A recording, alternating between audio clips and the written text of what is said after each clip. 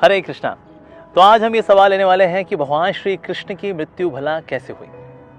पर भगवान की मृत्यु हो सकती है क्या? हमारी आपकी हो सकती है, लेकिन क्या भगवान की भी मृत्यु होती है?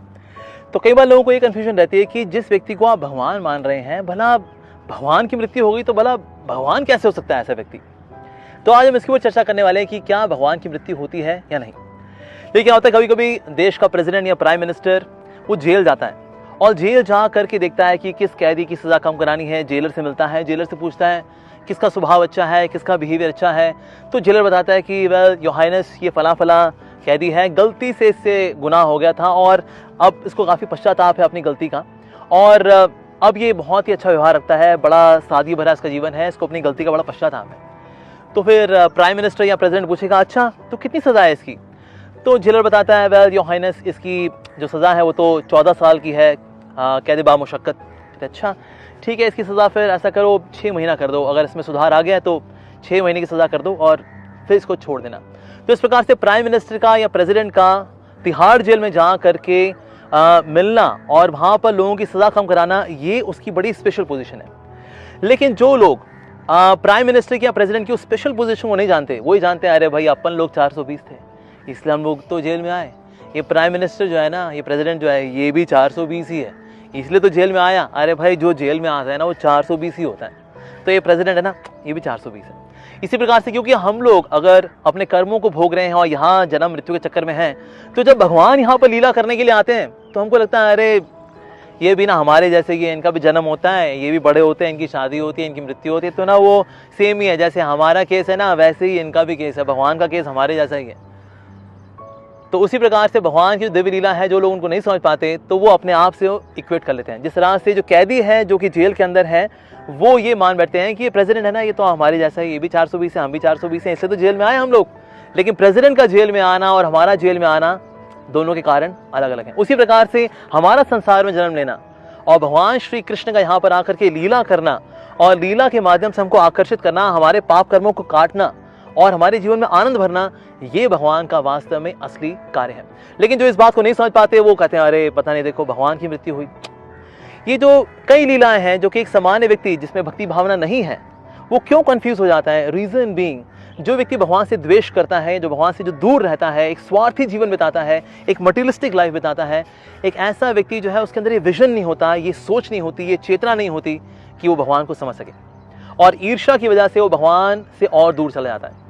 तो ऐसे लोग जो कि भगवान से दूर जाना चाहते हैं तो भगवान उनकी इच्छा पूरी करते हैं, इसलिए भगवान ये विशेष लीला करते हैं। इसको बोलते हैं असुर मोहन लीला, यानी कि असुरों को मोहित करने की ये है। उसी प्रकार से भगवान श्री कृष्ण ने ये लीला भी की।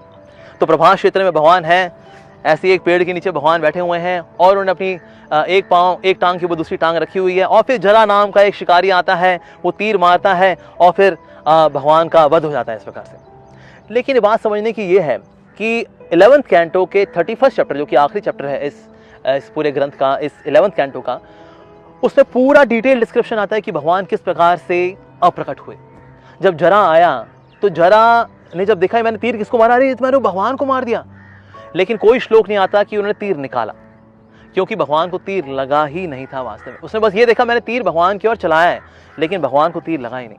और उसके बाद भगवान ने जरा को, उस शिकारी को एज इट इज अपने धाम भेज दिया, सशरीर भेज दिया उन्हीं भगवान श्री कृष्ण ने। तो ये वही भगवान है जो कि सशरीर किसी को धाम भेज सकते हैं। ये वही भगवान है जो कि कालिया नाम का बहुत ही विषैला, जब सांप आ गया था यमुना के अंदर, तो वहां पर उस विषैले सांप को ध्वस्त करने वाले हैं, उसको डिटॉक्सिफाई करने वाले हैं, सारा जहर निकालने वाले हैं, उसको पवित्र करने वाले हैं। वो भगवान क्या तीर खा करके अपना शरीर छोड़ देंगे? ये वही भगवान है जिन्होंने कि परीक्षित महाराज की, उनकी माँ के गर्भ में रक्षा की थी, किससे? ब्रह्मास्त्र से। क्या ये तीर ब्रह्मास्त्र से ज्यादा शक्तिशाली हो गया क्या? Of course not. जब बाणासुर नाम का राक्षस था, जो व्यक्ति था, उसने शिवजी की उपासना की और शिवजी को अपनी सेना में शामिल किया कि आप भगवान श्री कृष्ण से मेरे साथ मिल करके आप उनसे युद्ध करिए, तो भगवान ने शिवजी को भी युद्ध में हरा दिया। वो शिवजी जो कि यमराज के भी ऊपर हैं, यानी मृत्यु है, वो महाकाल हैं, जब उनको भगवान डिफीट कर सकते हैं तो क्या वो तीर खा करके शरीर छोड़ देंगे? ये वो भगवान श्री कृष्ण है जो कि अपने गुरु को गुरु दक्षिणा देने के लिए ये यहाँ तक यमपुरी तक चले गए और यमराज जी से अपने गुरु के पुत्रों को ले आए, उनके पुत्रों को ले आए और गुरु दक्षिणा के तौर पे कहा कि आपके पुत्र जो हैं ये लीजिए, ले लीजिए वापस। ना सिर्फ यमराज जी बल्कि ब्रह्मांड के बाहर महाविष्णु से तक मिलने के लिए चले गए अर्जुन के साथ, और वहां से एक ब्राह्मण के पुत्र को लेकर के आए। तो ये व्यक्ति जो इतने एक्स्ट्रा ऑर्डिनरी कार्य कर सकता है, क्या वो तीर खा के मरेगा? अच्छा आप बताइए, क्या आप तीर खा के मरेंगे? अगर आपकी पाँव पे अगर तीर लग जाए, आपके पाँव से थोड़ा खून निकल आएगा, वहाँ हैंडी प्लास लगा लेंगे, थोड़ा सा वहाँ पे एंटीसेप्टिक क्रीम लगा लेंगे, दैट्स इट। इवन हम लोग भी तीर खा के नहीं मरेंगे, तो भला भगवान कैसे मर सकते हैं? तो ये भगवान एक विशिष्ट लीला करते हैं। और भगवान अपने जाने से पहले जो है यदुवंशियों को भी वापस अपने धाम बुला लिया। तो उसमें 560 मिलियन यदुवंशी थे जो कि आपस में लड़े। जहां पर 560 मिलियन लोग आपस में लड़ करके मरेंगे, वहां पर तो खून की नदियां बह जाएंगी। जहां खून की नदी बह रही होगी वहां हिरण घूमेगा, वहां शिकारी आएगा? Of course not. लेकिन ये भगवान की लीला है वास्तव में, जहां पर 560 मिलियन जो यदुवंशी हैं उनका आपस में संहार हुआ है लड़ करके, वहां पर जबकि ऐसा कुछ हुआ ही नहीं, वहां कोई खून की नदी नहीं है, कुछ भी नहीं है, क्योंकि भगवान जो है इस प्रकार की लीलाएं करते हैं, दिव्य लीला करते हैं। और इसीलिए श्रीमद् भागवतम के 11वें स्कंद के अंदर ये जो लास्ट अध्याय है, जिसमें कि भगवान श्री कृष्ण का लीला समाप्त करना बताया गया है, इसके अंदर आता है कि भगवान अप्रकट हुए हैं तो ही disappeared just like the flash of light. जैसे आकाश में रोशनी चमचमाती है अगर, और उसके बाद फिर वो गायब हो जाती है, उसी प्रकार से भगवान प्रकट हुआ और अप्रकट हो गए देखते ही देखते। और फिर भगवान जब धाम गए, साथ ही उनके भक्त भी वापस धाम चले गए। लीला करने के लिए यहाँ पर आए थे, हमारा उद्धार करने के लिए आए थे, हमको पवित्र करने के लिए आए थे। लेकिन जो कम समझदार लोग हैं उनको लगता है अरे देखो भगवान श्री कृष्ण के साथ भी ऐसा हो गया, ओहो हो, बड़े दुख की बात है। तो हमारे जो प्रभु हैं बड़े लीलामय हैं। भगवान चाहते तो बड़े सादे तरीके से जा सकते थे, लेकिन लीला करते हैं भगवान, because the Lord is so dynamic. भगवान लीलाओं से भरे हुए हैं। तो जो उनके भक्त हैं उनकी इन लीलाओं को सुन करके, उनके बारे में श्रवण करके और उसमें आत्मनिवेशन करके बहुत ही relish करते हैं कि भगवान हमारे ठाकुर जी कितने ज़्यादा अद्भुत हैं, आश्चर्यचकित कर देने वाले हैं। लेकिन जो असुरी प्रवृत्ति वाले हैं, जो भगवान से द्वेष करने वाले हैं, ईर्ष्या करने वाले हैं, भक्ति भावना दिल में ना रखने वाले लोग हैं, उनके लिए है असुर मोहन लीला कर। देखो जी, भगवान जी की भी मृत्यु हुई थी, वो तीर खा के हुई थी। वेल, अगर आप डिटेल में पढ़ना चाहते हैं तो प्लीज़ आप पढ़िए शास्त्र श्रीमद् भागवतम का 11th कैंटो, और उसका 31st चैप्टर है।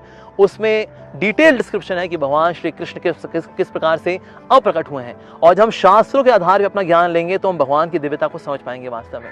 तो इस प्रकार से भगवान श्री कृष्ण की जो दिव्य लीला है, जिसको कि असुर मोहन लीला बोला जाता है फॉर द नॉन बिलीवर्स और द एथियस्ट और दोज हु आर एग्नोस्टिक्स, और जो डिवोटीज हैं वो इसको relish करते हैं। तो भगवान की जो लीलाएं हैं वो अचिंत्य हैं, लेकिन भगवान की लीलाओं को हमने अगर दिमाग से समझना चाहेंगे तो नहीं समझ पाएंगे। बिकॉज हमारे ब्रेन में क्या है, left hemisphere and right hemisphere. On left side nothing is right, on right side nothing is left. तो ऐसे 1.5 किलो के फलूदे से, जिसको दिमाग बोलते हैं, भला आप कैसे भगवान की लीलाओं को समझ सकते हैं? तो भगवान की लीलाएं जो है हृदय में प्रकाशित होती हैं। जब श्रद्धा भावना होती है, भक्ति की भावना होती है, तो भगवान ये दिव्य ज्ञान हमारे हृदय में प्रकाशित करते हैं। तो इसलिए भगवान का वध नहीं हुआ, भगवान की कोई मृत्यु नहीं हुई। भगवान अजर हैं, अमर हैं और हमेशा नित्य यौवन है भगवान वास्तव में। और शास्त्र में इसीलिए उनका कोई बूढ़ी तस्वीर नहीं आती। जैसे भगवान श्री कृष्ण जब गीता बोली उस समय वो 125 ईयर्स के हैं, तो क्या उनकी दाढ़ी है और ग्लाइकोडिन पीते पीते गीता बोल रहे हैं? Of course not. He's still young, handsome, dashing. Reason being भगवान के ऊपर किसी प्रकार का जन्म मृत्यु बुढ़ापा बीमारी का कोई प्रभाव नहीं पड़ता। Reason being his body is spiritual. नमामीश्वरम सच्चिदानंद रूपम, उनका रूप जो है वो सच्चिदानंद रूप है, जिसमें ना जन्म है, ना मृत्यु है, ना बुढ़ापा है, ना बीमारी है।